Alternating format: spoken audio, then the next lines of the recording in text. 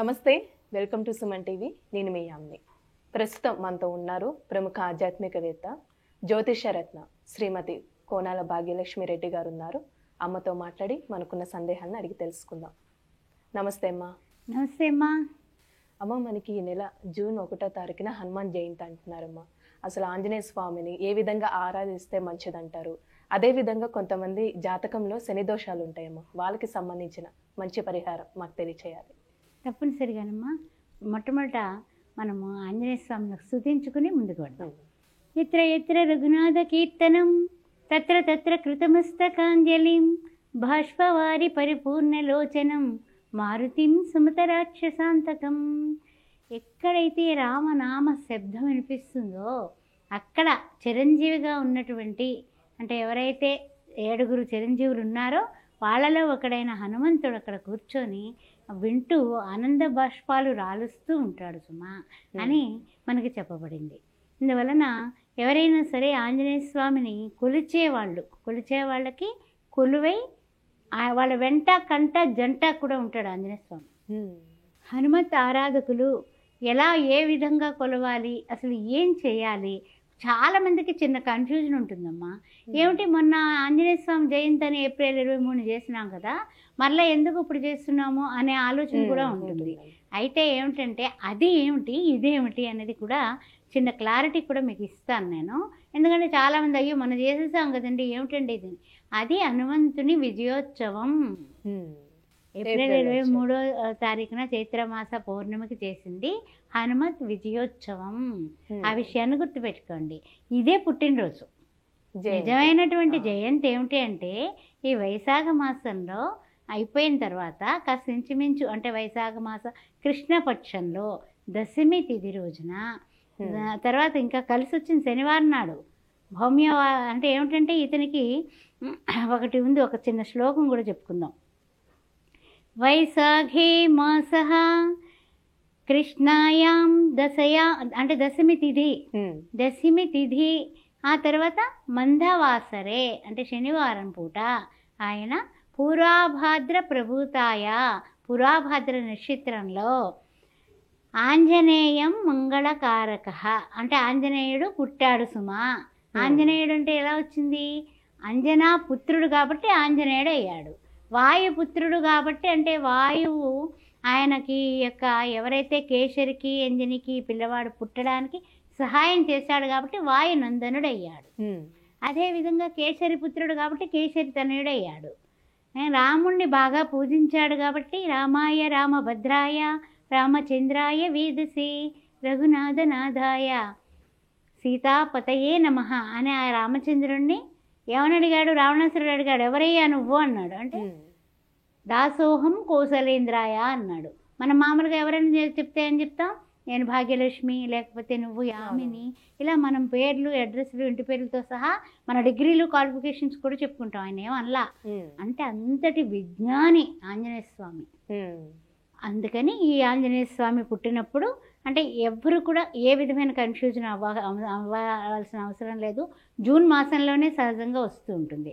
అయితే ఏంటంటే హనుమాన్ మంగళ అష్టకం ఉంది, అందులోనే ఆయన పుట్టుకను చెప్పింది, అందులో మనకు తెలియచేశారు. ఇది ఏమిటి, వైశాఖ మాసే కృష్ణపక్షే దశమ తిథి, ఆ తర్వాత పురాభద్ర నక్షత్ర, ఆ తర్వాత చెప్పాలంటే శనివారం రోజున ఈయన పుట్టబడ్డాడు. మందవాసరే అంటే మందుడు అంటే ఎవరు, శని భగవానుడు. శని భగవానుడికి ఈయనకి ఉన్నటువంటి ఏ విధమైనటువంటి సావాసం ఉంది అన్నది తదుపరి చెప్పుకుందాం. అయితే ఏంటంటే ఇది ప్రతి ఒక్కళ్ళు కూడా ఈ ఆంజనేయ స్వామి ఉన్నాడటండి, ఆంజనేయ స్వామి బ్రతికే ఉన్నాడు, ఆంజనేయ స్వామిని ప్రార్థిస్తే కార్యసిద్ధి జరుగుతుంది. అంటే ఎక్కడైనా మీరు సుందరకాండ పారాయణం పెట్టండి, డెఫినెట్గా ఆయన వచ్చి కూర్చుంటాడు. ఎందుకంటే ఆనంద పుష్పాలు రాలుస్తూ ఉంటాడు. నేను చేశాను, నేను చేయలా, ఆ రాముడే చేయించాడు అని ఆ రాముడి వలన రామునితో మమేకమయ్యి రోమంలో రామనామాన్ని ఆయన నింపుకున్నటువంటి శ్రీరామ భక్తుడు, విధేయుడు, శరణాగత వత్సలుడు. ఆయన సేవా మార్గంలో మనందరికీ కూడా శరణాగత తత్వాన్ని చూపించాడు. ఆ విధంగా చూసినట్లయితే అంజనేయుడు, మారుతి, హనుమాన్ అన్నారు. ఎందుకు హనుమాన్ అన్నారు అంటే ఆయన అసలు ఎవరు గురువు ఈయనకి? సూర్య భగవానుడు గురువు. యాపిల్ పండులా కనిపించాట ఈ యొక్క ఆంజనేయుడికి. ఆంజనేయ స్వామికి చిన్నగా ఉన్నాడు ఆయన. ఆంజనేయ స్వామికి సూర్య భగవానుడు చక్కగా పొద్దున్నే వచ్చింది, ఈ పండు ఏదో బాగుంది తిందాం అనుకుని పైకి ఎగిరాట. ఎగిరితే దేవేంద్రుడు వచ్చి వజ్రఘాతంతో ఇలా పక్కకి నెట్టాట. సూర్య భగవానుడిని చేరుకుంటే పిల్లాడు ఏమైపోతాడా అని. దేవతలు తిరిగి ప్రాణం పోశారని, అందువల్ల ఆ మూతి అలా అయిందని చెబుతారు. అది పురాణ ఇతిహాసాల్లో ఉన్నటువంటి కథ. అయితే ముఖ్యంగా ఏమిటంటే కనుక అసలు ఈ యొక్క మనకి వచ్చేటటువంటి అంటే చైత్ర పౌర్ణమికేమో ఈ విధంగా హనుమంతుడు విజయయాత్ర చేసుకున్నాం. ఆ తర్వాత చూసినట్లయితే కనుక ఇక్కడ జూన్ 1వ తారీఖున మనము శనివారం వచ్చింది. ఆ రోజు కూడా చక్కగా మనము ఆంజనేయ స్వామి జయంతిని చేసుకుంటున్నాం. సరే, బాగానే ఉంది. ఏం చేయాలి, ఎలా పూజ చేయాలి, అసలు ఏమిటి సంగతి, ఈ శనికి ఈయనకి ఉన్నటువంటి అనుబంధం ఏమిటి? ఇందాక మీరు వేసిన ప్రశ్నలో ఈ పూజా విధానం కూడా కొంచెం చెప్పేసుకుంటాం. అయితే ఏమిటంటే మామూలుగా ఈ హనుమంతుడికి ఎప్పుడు పూజ చేయాలంటే మార్నింగ్లో, అంటే ఏమిటంటే పొద్దున్న మనకి చెప్పాలంటే కనుక 7 నుంచి 12 గంటల లోపు పూజలు చేస్తూ ఉంటారు. లేదు అనుకుంటే 7-12 నిమిషాల నుంచి 9 గంటల వరకు చాలా ఉత్తమమైనటువంటి సమయంగా ఉంది శనివారం నాడు. అందువల్ల ఆ టైంలో చేసుకోవడం, లేదా సాయంత్రం 5 గంటల నుంచి 6 గంటల వరకు. మరి ఏ విధంగా పూజ చేయాలి? నాకు స్తోత్రాలు రావు. నేను అనుకోండి, జయ హనుమాన్ జ్ఞాన గుణ సాగర, జయ కపీసతి లోక ఉజాగర, రామదూత అతులిత బలధామ, అంజని పుత్ర పవన సుతనామ, మహావీర విక్రమ బజరంగి, సుమతి నివార సుమతికి సంగి అని అలాగా హనుమాన్ చాలీస పారాయణ చేస్తాను. సరే, అబ్బా అంత హనుమాన్ చాలీస 40 దోహలు మనం చేసుకోవాలి అంటే తులసీదాసుకు కూడా ఆంజనేయ స్వామి కనపడి రామ దర్శనం ఇప్పించట. అందుకని ఇది వచ్చింది. ఇక రాయడానికి కారణం ఏమిటి? ఆంజనేయ స్వామి సాక్షాత్తు కనపడి తులసీదాస్కి రామభక్త హనుమాన్ రాముడిని ఎలా చేరుకోవాలో మార్గం సూచించాడంటారు. ఆ విధంగా అయింది. అందుకని తులసీదాస్ అంటాడు, లాస్ట్లో అంటాడు, జై జై జై హనుమాన్ చలీసా, హోయ సిద్ధి సాకి గౌరీసా, తులసీదాసు సదా హరిచేరా, జై జయనాథ హృదయ మహడేరా. అంటే భగవంతుడైనటువంటి ఆంజనేయ స్వామిని నేను తలవడం వల్ల, నేను కలగడం వల్ల గౌరీ పార్వతుల సాక్షిగా ఈ హనుమాన్ చాలీస ఎవరైతే చదువుతారో వాళ్ళు అనుకున్నవన్నీ నెరవేరుతాయని తులసీదాస్ చెప్పడం జరిగింది. రాఘవేంద్ర స్వామికి కూడా మూల రాముణ్ణి ఆంజనేయ స్వామి ద్వారానే చేరుకున్నాడు అని మనకి రాఘవేంద్ర స్వామి మంత్రాలయ రాఘవేంద్ర స్వామి కథలో కూడా ఉంటుంది. అందువలన ఆంజనేయ స్వామి అప్పటికి ఇప్పటికి ఎప్పటికీ కూడా చిరంజీవే. సరే, బాగుంది. మనం ఏ విధంగా పూజ చేయాలి మనందరికీ తెలుసు. ఏమనంటే తమలపాకులతో పూజ చేస్తే స్వామివారు చాలా ఇష్టపడతారు. తమలపాకులు రెడీ పెట్టుకోండి. శ్రీరామ అనేది రాయిస్తే చాలా మంచిది. అంటే ఏమిటంటే శ్రీరామ అని తమలపాకు మీద ఓపిక్గా కూర్చొని రాసి చక్కగానే మనము అది మాల కింద 54 వేసుకోవచ్చు, 108 వేసుకోవచ్చు.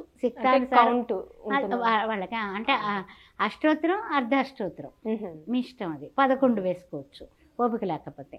లేదా సింధూరం తీసుకుని సింధూరంతో ఆంజనేయ స్వామి పటానికి కానీ ఆంజనేయ స్వామి చిన్న విగ్రహానికి కానీ అంగుళమాత్రం చేత దానికి చక్కగా షోడశోపచార పూజ చేయటం. ఒక పీట, దాని మీద రాముల వారు చిత్రపటం పెట్టుకోవడం. రాముల వారు లేకపోతే నేను ఉండడు, అమ్మో ఆయన పట్టుకోలేము అసలు, అటు ఇటు వెళ్ళిపోతూ ఉంటాడు. అందుకని రాముల వారిని పెట్టేసాం అనుకోండి కూర్చుంటాడు.